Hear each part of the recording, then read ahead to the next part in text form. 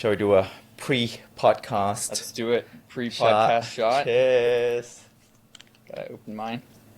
Cheers.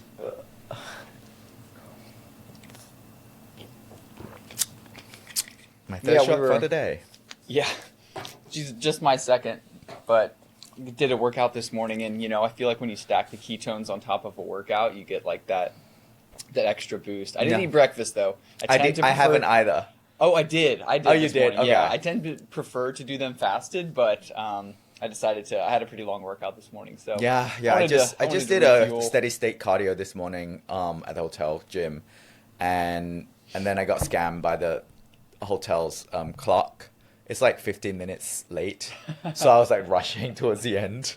They need to make it 15 minutes early. I know. I always set my clocks earlier, so exactly. I'm like, wherever I go, I'm going to end up on time. Or at least I'm going to be a little bit early. I didn't get in till like almost 1:30 a.m. last night because the flight got delayed. Yeah. We all boarded, and then I fell asleep, and then I woke up. Everyone was deplaning because they were like, well, the brakes weren't working. So we had to go to another terminal, right? Go on another plane, and then get here. Oh man! So you woke up and they were. Yeah, everyone was like grabbing the stuff, and I had my earphones on, so I obviously didn't hear the announcement. Yeah, with the noise canceling stuff. Yeah, these days is pretty good. So yeah, you got in late. You definitely need the ketone shot then to counteract the cognitive dysfunction that's going on. I took 2 before bed last night, and then 1 with caffeine, 1 without caffeine this morning without workout, and then 1 before podcast. So you're ketone loaded up. I'm keto loaded up.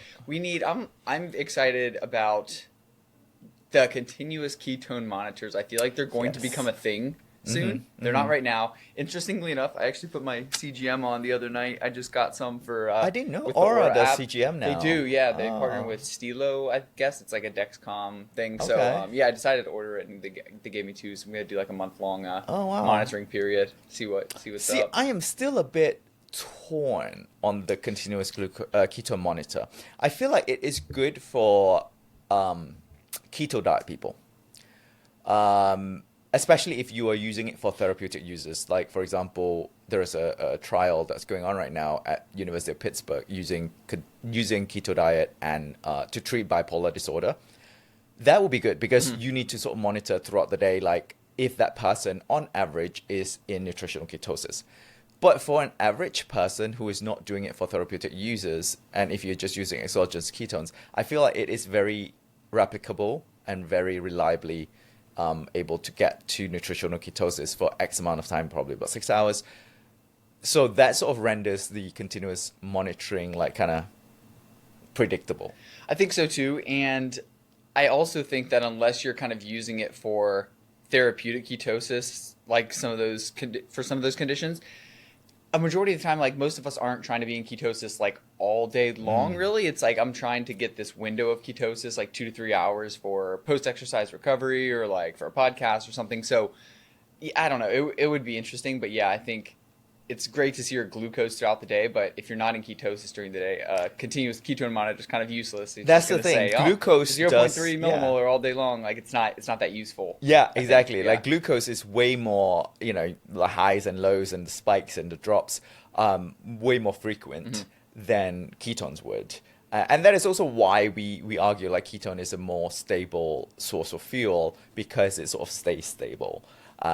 Whereas it is very beneficial to monitor your glucose throughout the day to see what kind of food spikes your glucose up, what kind of food, because corresponding insulin would also be affected. So yeah. That being said, when they release one, I'm certainly hopefully gonna try it out. Of course. I think I would try it too. Just gonna be hooked up to everything eventually. Lactate monitor, ketone monitor, glucose monitor. I know. Everything. Be a bionic people eventually, but it's all fun. I mean, the problem that I've seen with the CGM is like I'm just doing it out of curiosity, but I find that it does kind of just distract you. Like I'm checking the app like all day long, just looking at the glucose, and I just think I'm like, I don't know, should I be doing this? Is it productive? Is it a productive use? I'm not scrolling X anymore. I'm scrolling CGM, just like looking at my glucose change throughout the day. Yeah, you got a point there.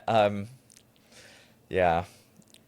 Well, I guess it's still better than scrolling on social media, I guess. I suppose. I suppose. Yeah, it's like less dopamine. Do you get dopamine? Yeah, you might get dopamine rush from that too. From the CGM. From the CGM. Maybe. If it's low, or if you see that after a meal it didn't spike as high, you get You're like that dopamine hit exactly, from it. exactly. Oh my gosh, yeah. The funny things that we do in health. But anyway, we'll get into the podcast here, Latt. So I guess maybe before we start, we could like introduce ourselves, just talk about why we're here, what we're going to talk about, and then get into the science of ketones today. I'm very excited. So why don't you go ahead and introduce yourself? Sure. Sounds good. Hi, I'm Dr. Latt Mansor. I'm the research lead of Ketone-IQ. We sell Ketone-IQ, which are the shots here, exogenous ketones. Essentially, you can get into ketosis without having to go through a restrictive keto diet or fasting. My background is in physiology and metabolism. I did my undergrad at University of Nottingham in the UK in biotechnology. My master's also in biotechnology from Columbia University in New York. And I did my PhD after that in physiology, anatomy, and genetics from the University of Oxford, looking specifically at the metabolism of type 2 diabetic heart in hypoxia, which is low oxygen environment. So looking at whether under stress, under low oxygen environment, if the heart switches over from primarily fat dependent to glucose metabolism. And here at Ketone-IQ, I oversee all of our collaborations with clinicians, research institutions, grant applications, and also a big part of what I do here is educating all of you, educating people, and really sharing the knowledge that I have acquired during my education, but also of all the collaborations that we have had in ketone science and learning about metabolism and how people can essentially use this knowledge in their everyday life to improve their health. Yeah, and I've learned a ton from you. I've enjoyed reading a lot of the review papers that you've published in collaboration with Ketone-IQ over the years.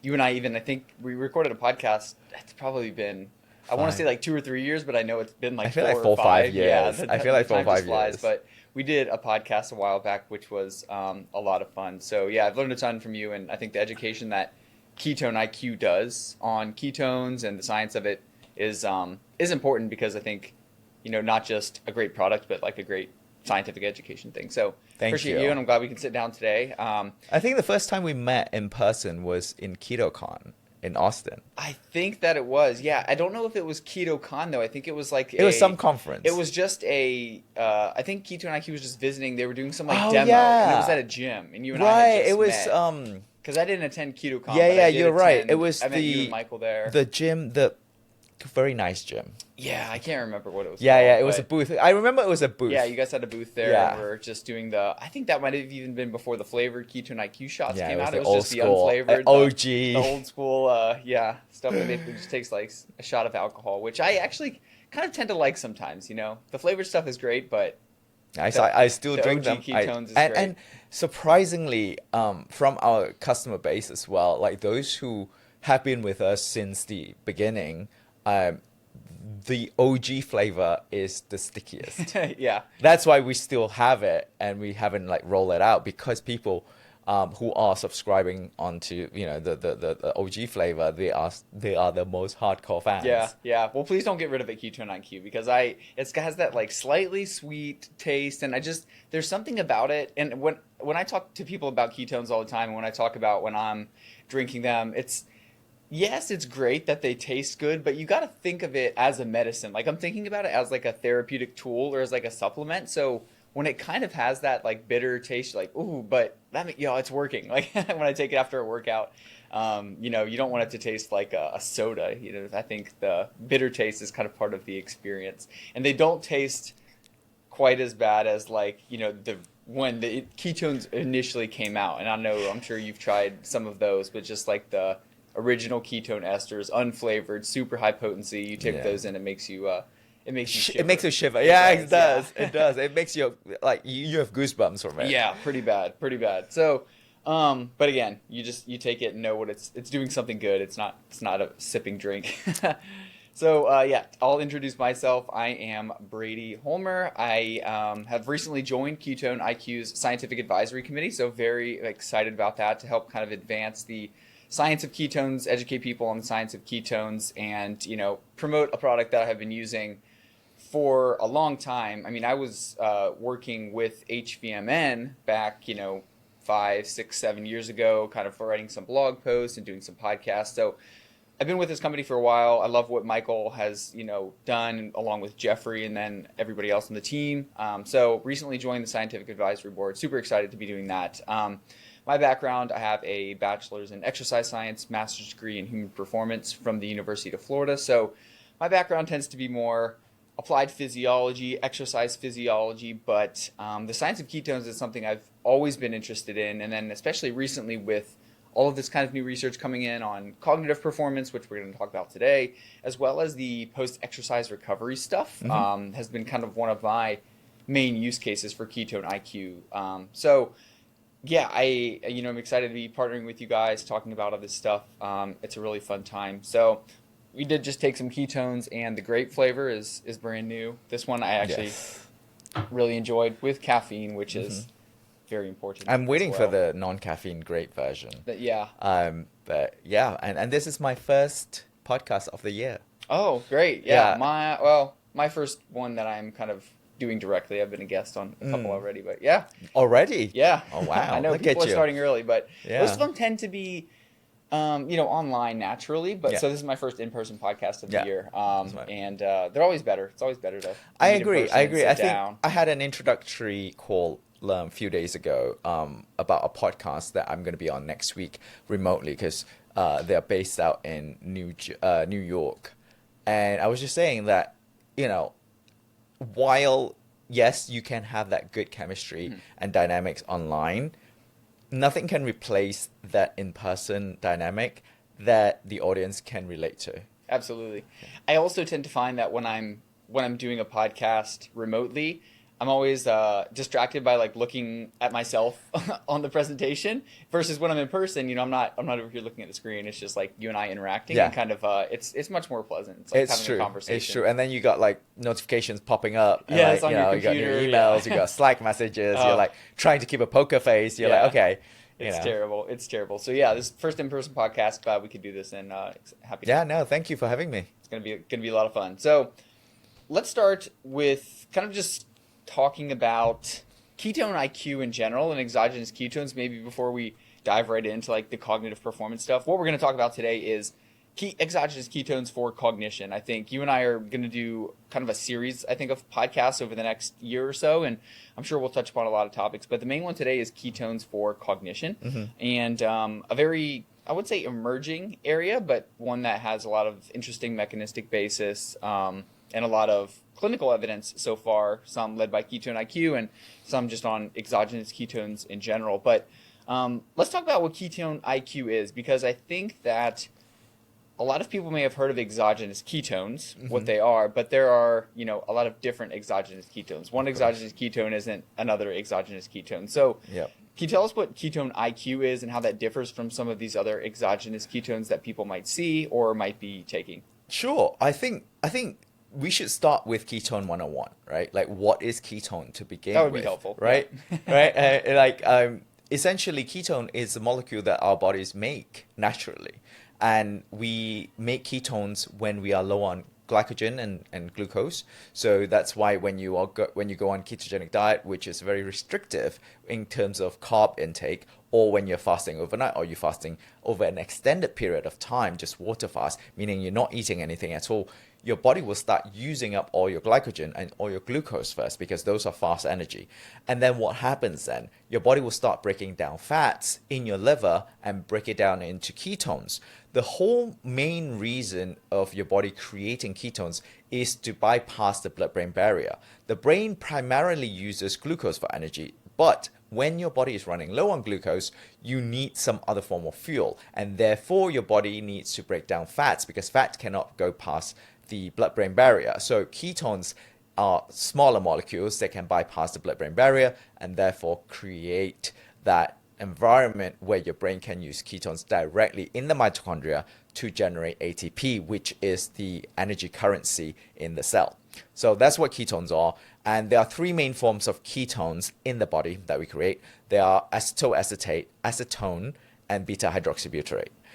The third form, this beta-hydroxybutyrate, is usually the form that ketone exists in our body because it's the most stable form. It's being transported as beta-hydroxybutyrate in the blood. It is also being metabolized as beta-hydroxybutyrate. Acetone and acetoacetate are more of intermediates that are either being secreted in urine, acetoacetate, or in breath for acetone. So beta-hydroxybutyrate, or BHB, which we will be referring to a lot during this conversation, is the main form of ketones whenever we talk about blood ketones. And what Ketone-IQ is essentially a form of ketone diol. It's R13-butanediol is a molecule that enters your body, and in the liver, it gets converted directly into BHB. And this BHB will then get transported around the body and gets metabolized and also signal. And this is something new that we've just learned with evidence in the past year, that BHB has the effect on signaling. For many years now, I think Buck Institute in the Bay Area, they have been researching the effect of ketones in signaling and effect of ketones on the DNA itself, and they call it beta-hydroxybutyrylation. Last year, there are a couple of papers published by University of Toledo in Ohio looking at butanediol specifically, which is the active ingredient in Ketone-IQ in animals. And they saw an epigenetic factor where the butanediol turns into BHB, and it directly affects your epigenetic aspect of the cell, if you would. So what they have seen is that it upregulates the fatty acid oxidation pathways on a genetic level, on a protein level, and on the phenotype level. So that is super interesting to us because they use butanediol as an intervention. So how is this different to other exogenous ketones out there? So when you look at Amazon, when you look at all these different markets, you will find a lot of people claiming that they're selling ketones. One form is the OG ketone ester, as we talked about. It is a BHB molecule bound with a butanediol molecule in an ester bond, and that's why it's called ketone ester. It is very good at raising your blood ketone levels at a very high level to a very high level in a very sort of short amount of time, but it also drops very quickly, so you need to top it up regularly in order to maintain a high level of blood ketone levels. It also doesn't taste the best, and it is a little bit more expensive. And then you have ketone salts, which is essentially BHB again, bound with salts, sodium, potassium, magnesium. And these salts, unfortunately, they can't raise your blood ketone levels to a significant level where you get the benefits because it is dose dependent, and you can't have too much of it, because when you have too much of it, you are overloading yourself with these salts. And with certain diseases, like for example, we've got a couple of heart failure studies using Ketone-IQ, they cannot use ketone salts because these heart failure patients will have higher risk of heart attacks, of higher blood pressure and all of that because of the overload of salt.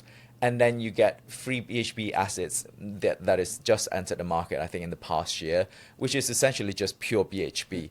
A lot of people asked me why, since BHB is the form that we use in the body, why can't we just take BHB? The problem is it is in an acidic form.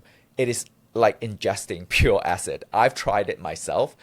It gave me heartburn and acid reflux, especially if I have it empty stomach or have it before bed, so when I'm lying down. So that is why we don't directly consume free BHB acid. So those are the typical form of exogenous ketones that we can find in the market at the moment. Some may also consider MCT, medium chain triglycerides, as a precursor to create BHB. But again, if you want to get anything above 1 millimolar of blood ketone levels, and for information, if you're not on a ketogenic diet or if you're not in nutritional ketosis, your blood ketone levels should be 0.1, 0.2 millimolar. And to have any significant effect, ideally you should get above 1 millimolar. So what I have seen in the studies is that MCT could get up to like 0.7, 0.8 millimolar, which is good for some who just want to maintain anything above 0.5. But for anything performance, cognitive, or therapeutic users, people usually aim for 1 to 2.5. Right, and MCTs is a little more indirect because your body then still has to metabolize them, and they kind of are going to come with the extra calories maybe that MCTs would versus ketones. Ketones contain calories, but not as many as ingesting MCTs might, especially if you're trying to get your blood ketones up to 1 to 2 millimolar. You gotta drink a lot of MCTs, and the GI issues. The GI issues. I have MCTs definitely as well. experienced that. The diarrhea that comes with it. It's like you're just ingesting a lot of fat, and your body is like, yeah, I'm gonna excrete it out. Exactly. It's not the most efficient route for ketosis, probably. Yeah. With Ketone-IQ, so you mentioned this kind of 1 to 2 millimolar range. We have the ketone shots with caffeine. They have 5 grams BHB. The sans caffeine Ketone-IQ has 10 grams.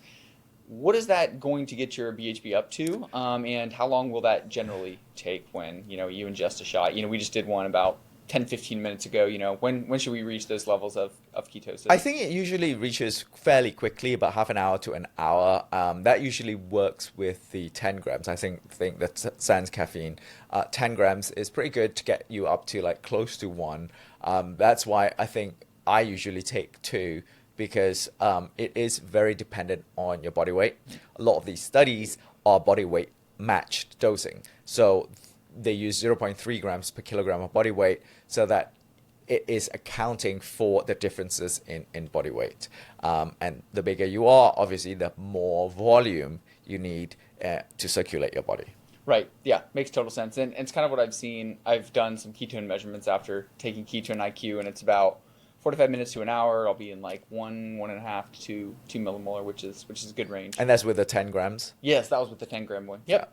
Yeah, that's good. Because I tell people all the time, but then at the same time, I'm the research lead of Ketone-IQ, and they're like, well, there is conflicting interest. I'm like, okay, well, ask people like Brady, who's done this for years and years, even before I got into ketones. I joined Ketone-IQ, I joined HVMN in 2019, and you've been doing it way before that. Yeah, and I would really just encourage people when they're using Ketone-IQ, get a ketone monitor. They're fairly inexpensive. I mean, the strips are kind of what's more expensive. You have to keep buying them, but just test for yourself, because I think it's useful to know when you take this, how long does it take to get into ketosis, what do your levels get up to, and how long are you going to stay there? And then you can kind of work to, replicate some of these protocols that are seen in the studies, and really you just know like what's going on versus just say, assuming you're going to be in ketosis. You also learn a lot about how your state before taking them affects how they work in your body. So if I exercise in the morning and I'm fasted and I take a ketone, it hits you much harder than say if you've had a meal beforehand. So I just think it's fun to measure, similar to what people are doing with their blood glucose. So I would really encourage people to get a ketone test strip, experiment with Ketone-IQ, and see kind of what your levels are doing. 2 points there, actually. One is that what we have seen is that ketone esters, it does get lowered if you have it with meal. But we have not seen that with Ketone-IQ, which is very interesting, which I can't explain mechanistically why. Yeah, I was wondering what the mechanism might be. Yeah, I don't know. I think it's something to do with the BHB per se rather than the butanediol, because butanediol itself, the conversion to BHB in the liver, is purely controlled by the liver.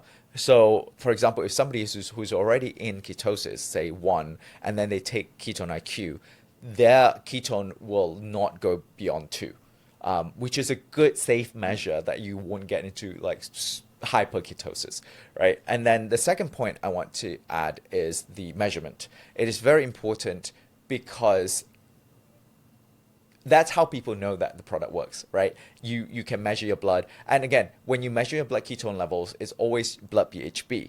And there are other measurements that you can use, which will be the breathalyzer, which measures acetone in your breath, or urine strips, which is measuring acetoacetate. Now, if you are in the beginning of your keto journey, those are quite okay for you to measure.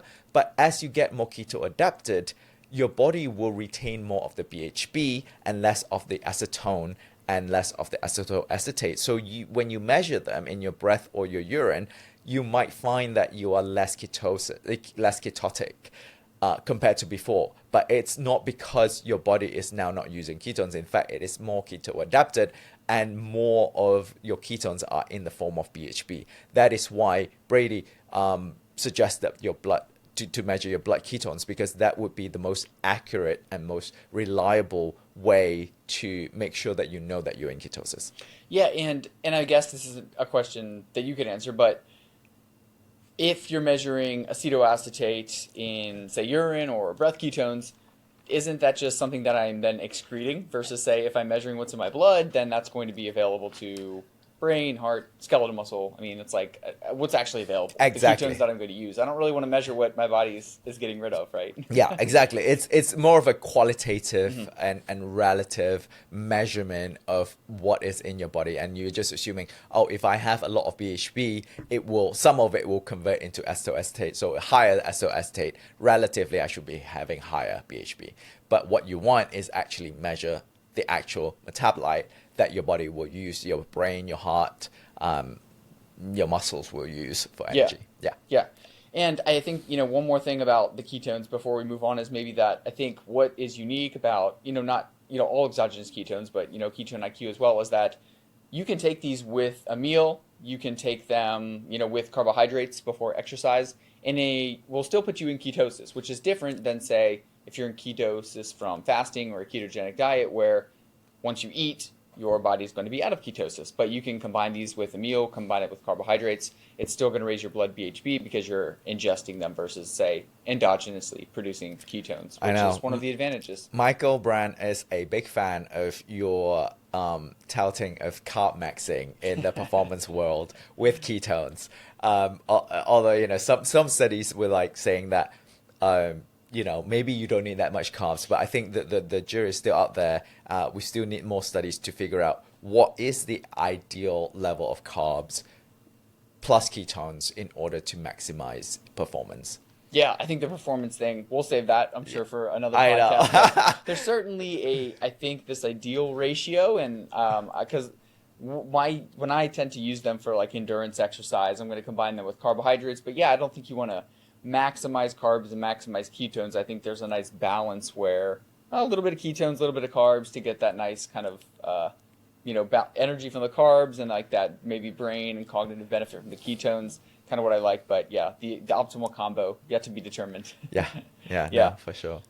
All right, so I'd love to shift into talking about how the brain is actually using ketones, because I think it's relevant when people are, when we're talking about ketones and cognitive function, it's, relevant to know, like, what are they doing in the brain? So we talked about there are signaling mechanisms of ketones, but also obviously an energetic aspect. And the brain can use ketones for energy because they can cross the blood-brain barrier, as you mentioned. So could you just talk about what they're doing in the brain, how the brain is using ketones for energy, and maybe some of the other signaling mechanisms that are going on that might explain, what we're going to talk about in terms of them improving cognitive function? Sure. I think the most basic, fundamental understanding that we have on ketone metabolism is that ketones can be converted into acetyl-CoA in the mitochondria, and it enters the Krebs cycle, which then creates NADH and all that, and enters the electron transport chain and create ATP that way. So it directly feeds into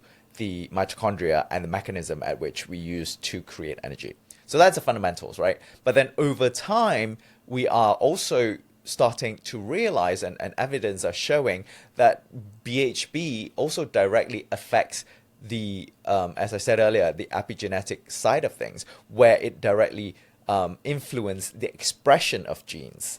And what we have seen when these rats use butanediol is that it upregulates all the metabolism related to fatty acid oxidation, possibly because ketones, comes from fat in the liver, right? So it will indirectly sort of upregulate your pathways that you use to metabolize fats, but also it regulates immune system as well.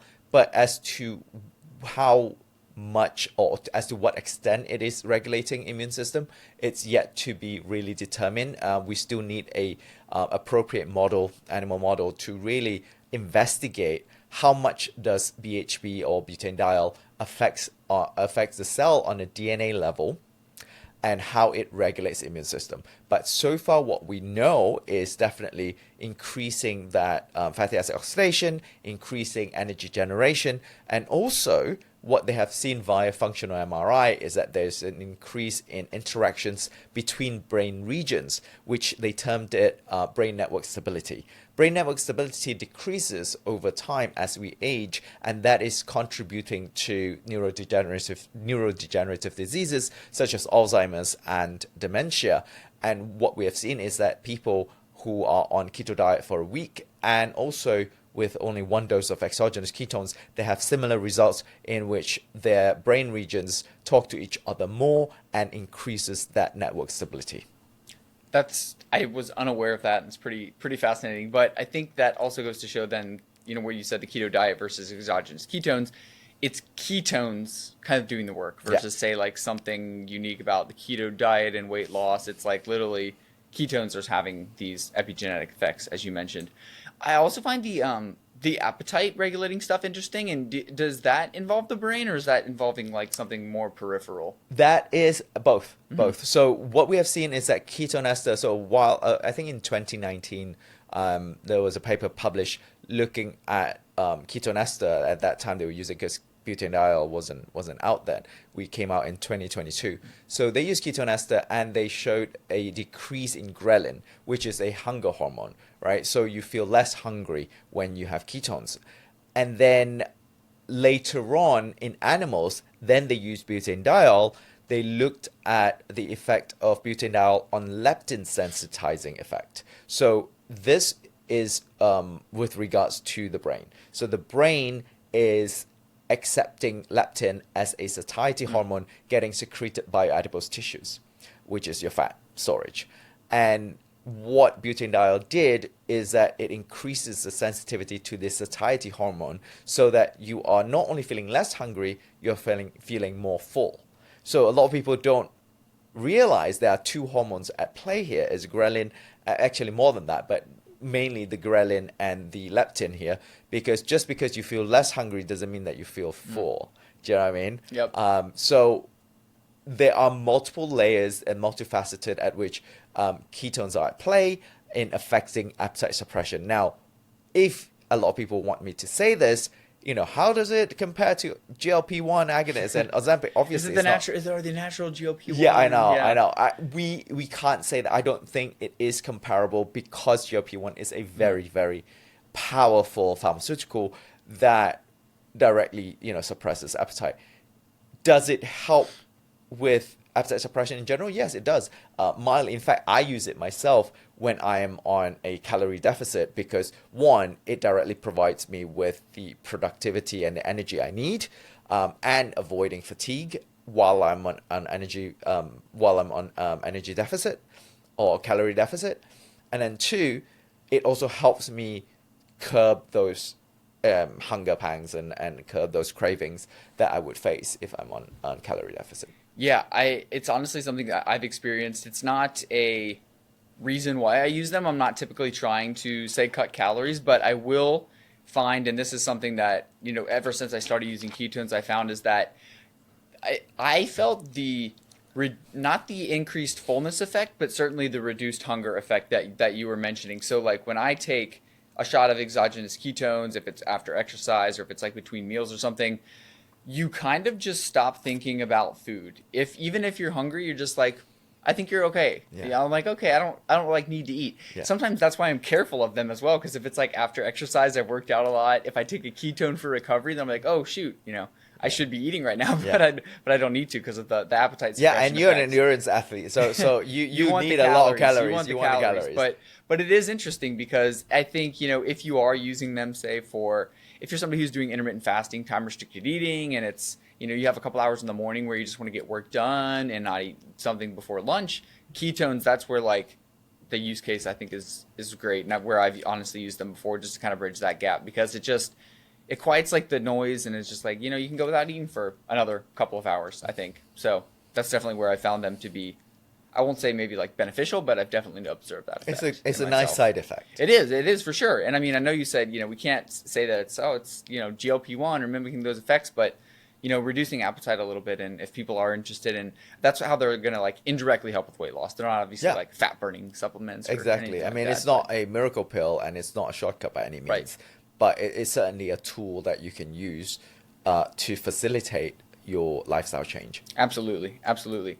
So let's talk about cognition. I think there are kind of like three areas where exogenous ketones are being really heavily investigated right now, or where research has kind of been done. So healthy cognition, which a lot of people are interested in, just like using them as a nootropic. Can we use these to augment cognitive function in healthy people?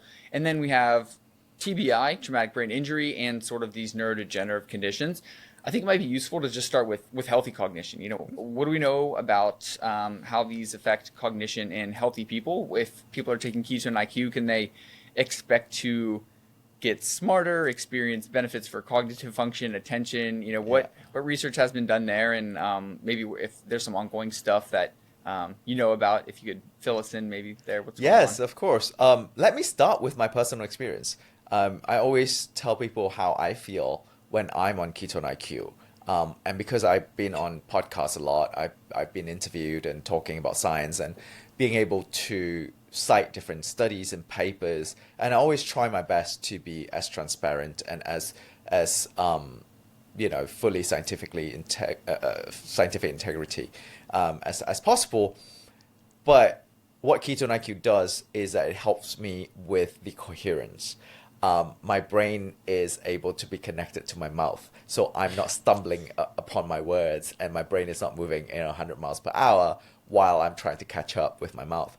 And it also helps me with the recollection of my memories. So in order to, let's say you ask me 5 different questions, and in that sequence, I'm answering them, and to be able to hold on to these different questions in sequence, and also being able to recollect the information that I need in order to answer them, that has been very useful to me.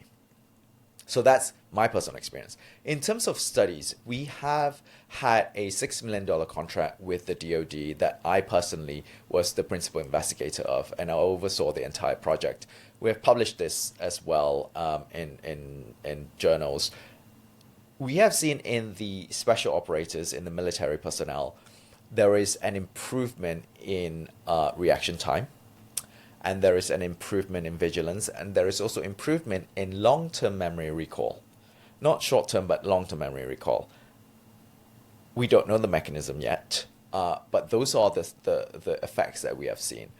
And we have also seen studies that have been done on mild cognitive impaired individuals, which means they have difficulty either with their memory or just being alert. And we have seen improvement when they have ketones in their system. And then it goes into, Alzheimer's and neurodegenerative diseases. Obviously, those have been shown to improve as well with ketones. And this is all just acutely, right? So single Yeah. dose of ketones, and then within the next several hours, their cognition is improving. Yeah.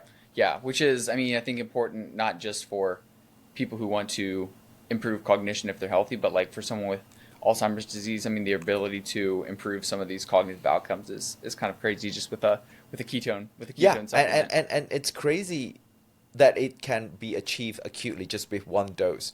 A lot of people, they ask me, they're like, oh, do I need to take it for like 3 months in order to even see results? I'm like, no, like within 15 to 20 minutes, you should be able to feel the difference. And it's crazy in this day and age where a lot of these supplements, their marketing is like, well, you got to take it, 6 months and, subscribe to us for 6 months before you see the results. Yeah, well, we're seeing that with creatine. I think creatine is a very important supplement, but a very popular supplement right now. And the thing with creatine is, I think a lot of people are misunderstanding how it works, and they think that you can take a 10 to 15 gram dose, and then in a couple hours I'm going to experience improved cognition. Well, that's not how it works. You have to saturate your brain stores with a super high dose, and then you tend to get these cognitive effects. So 4 to 6 weeks. But yes, with ketones, I think the way that I like to describe ketones, and the way that I think people should think about ketones, is just sort of like caffeine.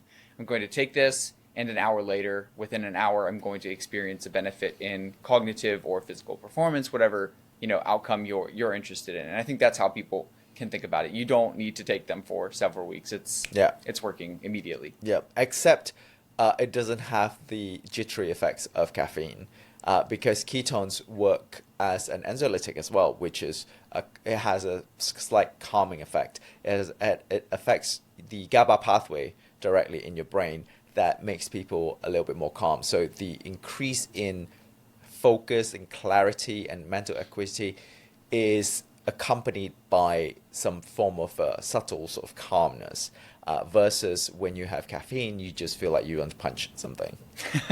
That's a good way to describe it. And I mean, you shared your anecdotal experiences with Ketone-IQ, and I sort of would share mine in that. That's kind of the benefit that I feel is when I'm in ketosis after taking Ketone-IQ, I tend to just be able to kind of focus on one thing versus I love caffeine. I use a lot of caffeine, but when you are, you're productive with caffeine, but it's like I can switch from one task to another, and I might like pick up my phone, and then I might get back to something, and I can be very productive, but it does tend to be a more jittery kind of hyper type of productivity versus a Ketone-IQ, which is I can really just like lock in and focus on what I'm doing. I love using it before if I'm doing writing or something like that, where I just really need to focus on what I'm reading and writing. Ketone, and if I'm in ketosis for that, it definitely helps a lot. So it's more of a focused, calm, smooth kind of brain energy versus the jittery one that comes with caffeine. But I do like caffeine. I think that's why the caffeinated Ketone-IQ is so great, because you get a milder dose of caffeine. It does work synergistically because caffeine essentially blocks your receptor to prevent you from feeling fatigue, right? So, but it also upregulates your metabolism in a way. It upregulates your heart rate, your blood pressure, and all of that. But what it doesn't do is provide you directly with energy. Ketones, on the other hand, directly provides you with the energy. So one compound increases the demand for energy while the other provides the fuel for energy. So that's why we thought that it could work synergistically well together. But then at the same time, for people who are like myself, very sensitive to caffeine, I can only take very little, maybe one shot per day. I can still use the ketones if I want to get into the zone. And as you said, when you are writing, you need to be in the zone. Like I won't even get into the zone within the first like half an hour after reading. And then once you're in the zone, yes, it will go very smoothly. But to get there, Ketone-IQ helped a lot. Yeah, the energetic aspect is an interesting one. We falsely kind of say a lot of times that caffeine gives you energy, but it's kind of just it's masking fatigue versus giving you energy. And so, the idea to combine the caffeine with the ketones is great. And I don't know, I feel like there's a lot more that maybe Ketone-IQ could fit into one of these shots. We need like some other ingredients to. It's a double-edged sword because we want to also focus on the ingredient being clean, right? We want people to be able to feel the difference, and they know for a fact that the difference comes from ketones. But then when you put a lot of ingredients in there, is it the caffeine? Is it the ashwagandha? Is it the taurine? Is it the L-carnitine? What is actually at play here? Yes, there is a world where we would have different SKUs when we are established enough. And that's why what we do here is so important. The education around ketones, when people are confident enough that, okay, these compounds, these active ingredients are what doing the work here, and then we can add on other synergistic compounds in order to maximize effects. Yeah, well, it's like energy drinks. You see an energy drink, it has this whole proprietary formula on the back, and most of the benefits are just because there's 200 and 300 milligrams of caffeine in there. It's not the weird minerals or vitamins or herbs that are in there. It's the caffeine. Yeah. So I agree.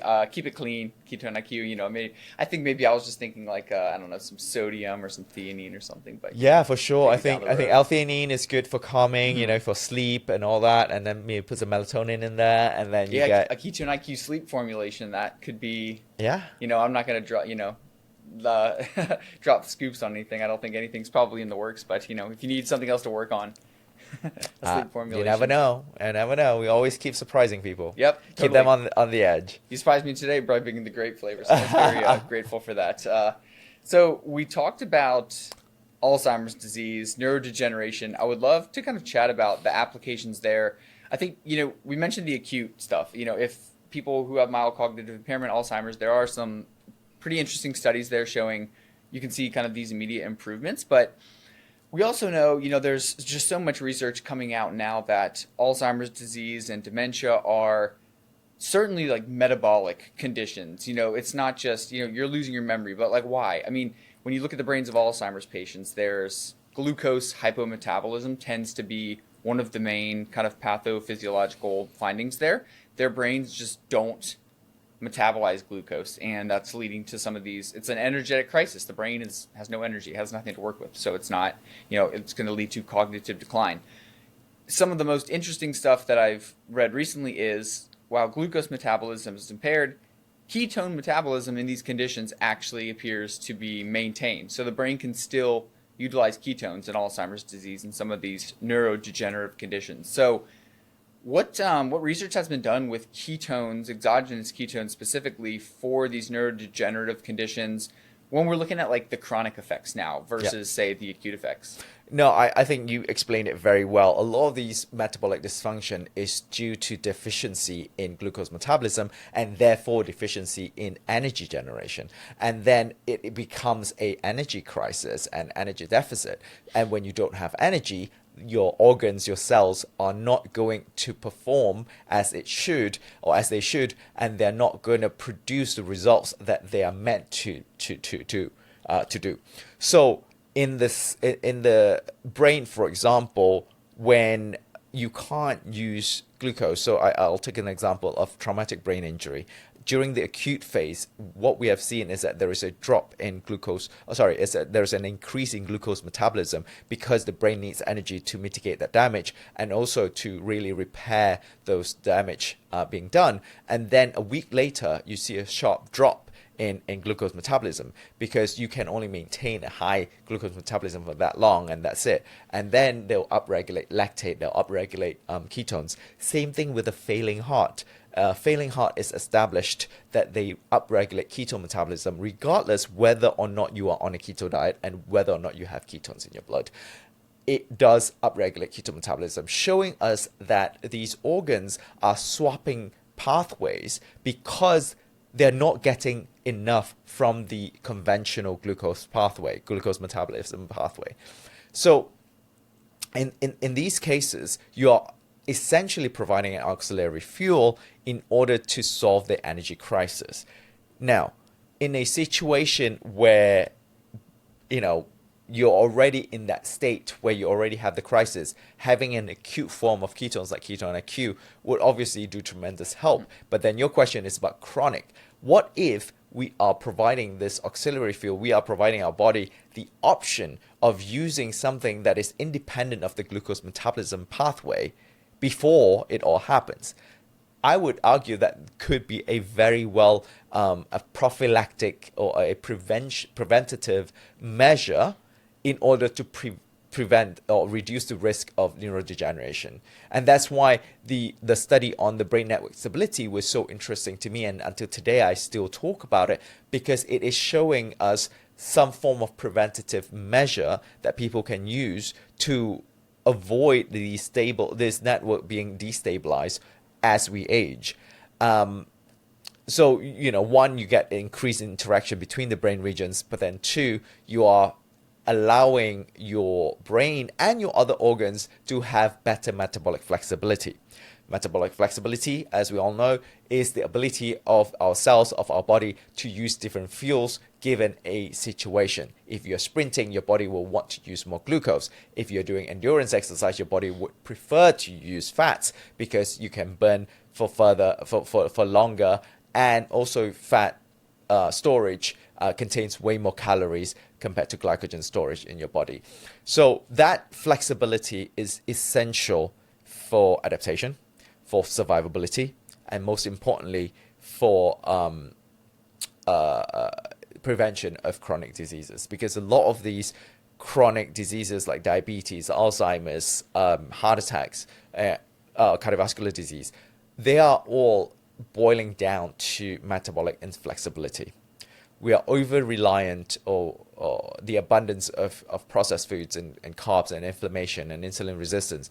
They're all leading towards deficiency in energy and enters ketones, which enters the cell using monocarboxylase transporter, which is a different transporter than glucose. Glucose enters the cells via glucose transporters, and 1 and 4 especially, they are different glucose transporters. They are dependent on insulin. Whereas MCT that brings in, and this is not to confuse with medium chain triglyceride, this is monocarboxylase transporters, they are independent of insulin. Regardless whether you have insulin or not, it will bring in ketones into the cell and into the mitochondria for energy.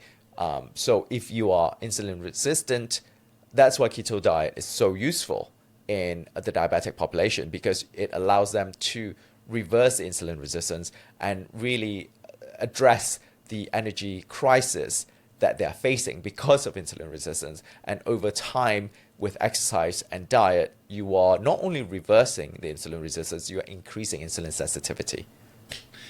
Well, what I find interesting then too about that is that, so say with like the ketogenic diet, you typically have people discuss this adaptation period that you have to kind of build up the body's machinery to produce and utilize ketones, but that doesn't appear to be the case for like, say, Alzheimer's disease or traumatic brain injury or heart failure. It just appears to, when ketones are provided, the body will use them. So it's interesting. So that does this not, the body doesn't really have to adapt to being able to use exogenous ketones in these conditions? That's a very, very interesting point, because a lot of these acute studies, we saw an immediate effect. So that's what I've been telling people all the time. Our bodies are designed and programmed to make ketones and to metabolize ketones. It's a natural molecule. It's not a completely novel molecule. And all these people out there, all these competitors trying to say, oh, this form of ketone is better, this form. Mm-hmm. I tell people all the time, I don't care how you get into ketosis, as long as you have ketones in your body and what works for you in terms of sustainability and affordability, do it, right? And your body will recognize it as an efficient fuel, and it will use it.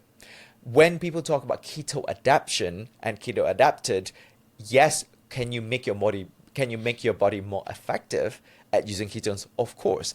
If the longer period you are on keto diet, you will be much better at using ketones. You will be much better at breaking down your fat and create ketones in your body. And you'll be able to use ketones even in situations where you need to swap over to glucose, right? Whether you're sprinting or not. It's like some people, they're just genetically not good at keto adaptation. So when they need to do high intensity exercise or anaerobic exercises, they just have to rely on the glucose. And if they're on a keto diet, they just don't feel well. Whereas some other people who are very well keto adapted, they can do all of these high intensity exercises just on a keto diet alone, right? And your body will create glucose nonetheless anyway via gluconeogenesis, even when you're on keto diet. It's just that it's at baseline level rather than having some spikes and increases your insulin. Right. Well, the body is pretty amazing. And I mean, if you think about it, like we're all just, born with the machinery to use ketones. I mean, babies are born in ketosis, and mother's breast milk is like high in fat. And so you have this machinery. And I think that you mentioned, the ultra processed, our diets are so high in ultra-processed foods and sugar, and maybe we lose like some of that ability to produce ketones. But I just find it fascinating that, in reading some of this literature, that basically providing ketones, your body will use it in a dose-dependent manner. As if ketones increase in your blood, your brain, your heart are going to uptake that regardless of whether you've used them before. And I think that is sort of a reassuring finding for people who want to use Ketone-IQ, other exogenous ketones, that you don't need to use them for a couple of weeks to teach your body to do it. It's like the first time you take it, you're probably gonna, your body's gonna use this. You're gonna be able to use it for energy and all these other effects. Yeah, exactly. And I've seen. So I went to Aarhus, Denmark, Aarhus University 2 years ago, for a symposium in cardiovascular disease, hosted by the Danish Cardiovascular Society, and they showed me. They created a tracer, a radioactive tracer for a PET scan that traces where BHB goes. So they inject it in the finger, and then they'll measure every few seconds where it travels throughout your body. And it's so interesting. And a majority of it goes into your heart, which, to my surprise, some of it goes to your brain as well, but a lot of it goes to your heart, which I'm like, wow, that's very interesting. Because we know that the brain definitely prefers ketones, but I didn't know the heart will mop up ketones like that too. And then the rest goes into your kidney and then gets secreted. Yeah, the heart failure stuff. I mean, there are several heart failure studies out there that I have, read like in the past few years, and it's just fascinating that you give these heart failure patients ketones, and it literally makes their heart pump harder. It makes their heart work better when you put them in a state of ketosis. No, they published a paper.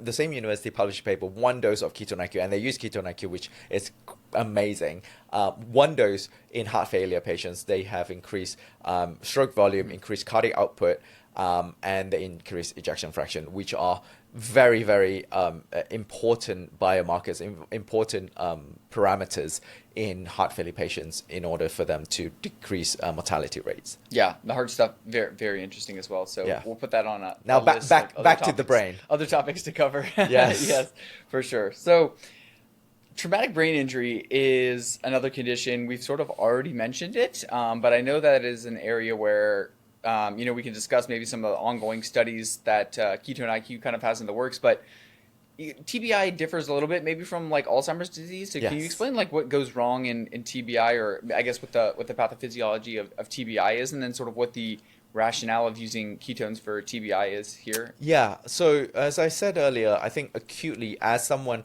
after a concussion, directly after, we have seen an upregulation of glucose metabolism. The need of energy is dire during that time, during 1 week. And then after that, it sort of like slows down. And that's the chronic effect of TBI, is what sort of almost become very similar to Alzheimer's, where there is lack of energy, there is lack of glucose metabolism. And that's why we think in both cases, ketones could be helpful, because you are addressing the need of energy and they're not getting it from the glucose metabolism. So currently we have a collaboration with the Naval Health Research Center in San Diego. We submitted 2 grants in TBI population, especially with the active duty members.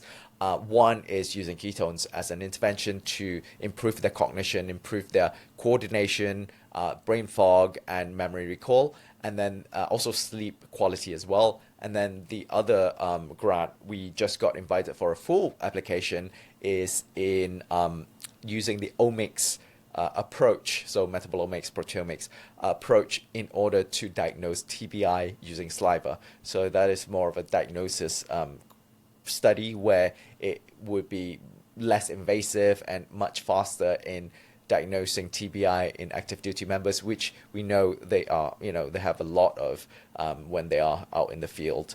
And then we are looking at, compared to Alzheimer's, which, is a chronic condition, as we talked about, is the lack of energy, and providing that ketones will also help in the same manner. So, yeah, and a lot of this is energetic, but, and something I was going to mention when we were talking about Alzheimer's, but could also bring up here, I know, ketones kind of have an anti-inflammatory effect and some of these signaling effects as well. Do we think that any of that is going on regarding, say, Alzheimer's and TBI maybe specifically? Yes, because it's acute, like blunt force injury. So what are some of those mechanisms that are going on, where ketones might help? In addition to like the energy deficit. Yeah, for sure. I think that acute damage in TBI definitely increases oxidative damage, reactive oxygen species generation, and it's damage, right? Your cells are going to overwork, and as a side sort of a byproduct of that overworking of energy generation will also produce oxidative damage. And what we have seen with ketones is that it decreases inflammation via an NLRP3 inflammasome specifically. That has been shown. We have also seen a upregulation of antioxidant generation in mitochondria, because it increases the uncoupling. So this is getting a bit more detail in the biochemistry, but essentially it is creating a situation where the mitochondria will create more antioxidant in order to battle the oxidative damage in these cases. And then obviously in a more chronic setting where you have sustained elevated inflammation, in not just Alzheimer's, in all chronic diseases, we have seen that that will also decrease over time. I think C protein, C reactive protein is what people measure in order to see where their inflammation levels are. People have reported that when they're on a keto diet or when they have ketones over a period of time, the inflammation decreases. So that is all very interesting because you're looking at one molecule that does not only solve the energy crisis directly, but it also prevents the secondary damage that comes from, say, TBI, because now you have all these different oxidative damage that may lead to higher risk of neurodegeneration later on. Yeah, and that's why I think that thinking of ketones as just an energetic molecule is just way too one-sided. I mean, obviously, yes, they're providing energy, and most organs and tissues in the body can use ketones as an energy, but the signaling effects and what they're doing for inflammation and epigenetic effects are just like the other side of the coin that I think we're just beginning to understand. And I mean, I think, and maybe you can explain your thoughts on this one as well, but this is why almost I think that whether it's a ketogenic diet or a lot of people find that the keto diet is just not something they're going to sustain long term. So exogenous ketones, something that we could probably be, say, microdosing or just using as like a prophylactic sort of anti-aging thing, that really interests me. And people who may say, oh, I'm not really worried about Alzheimer's disease, or I'm not really worried about getting a TBI, but just taking a low dose of ketones every couple of days. I know I've seen Michael Brandt post on X a few times. He's like, I think everybody should spend at least a little part of the day in ketosis. And I totally agree with that, because I think that there's just, even if it's just a window of a couple hours where your body is in this, ketosis is a unique state. When you're in there, there's a bunch of mechanisms going on that are signaling to your body that this is like yes, it's a stressor, but it's a good stressor state. And it's doing something beneficial for your body. So I really see this ketosis and exogenous ketones as almost this indirect like anti-aging supplement. I don't really like the word anti-aging, but in a way, it could be thought of as that way. And so when it comes to the brain, I just really think that there's a lot of application here, and putting your brain into a state of ketosis, I just think is kind of a wonderful thing, not only acutely if you're trying to improve your cognitive performance, but just for anti-aging, anti-cognitive decline purposes. Mm-hmm. I think that's interesting.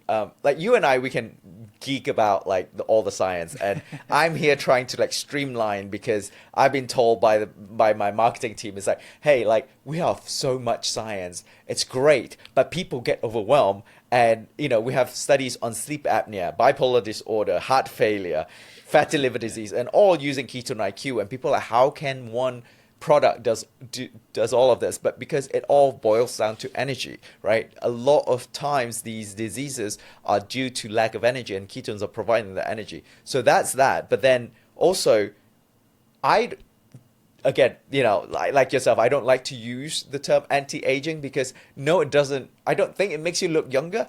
But what is aging? Aging is increased risk of cognitive decline. Aging is decreased quality of life. Aging is loss of muscle, and therefore increased risk of fall, increased risk of reduced mobility. Now, how does ketone play into that? It prevents cognitive decline, right? That I can say for sure. It helps you with your workout. It helps you with performance. So if you are doing resistance training, which again, it is super, super important for aging as well as cognition, ketones can help with that, right? It gives you the energy that you need in order to keep yourself sustainable, and making sure the consistency is there. With everything, the key is consistency with anti-aging, right? How consistent you are with taking care of your skin, how consistent you are at making sure you have muscle mass, how consistent you are at making sure your brain is always at work. Because if you snooze, you lose. You don't use it, you will lose it. Absolutely. With muscles, with brains, with everything. So I see it as a tool to help me achieve all of that. And therefore, it can also be called anti-aging.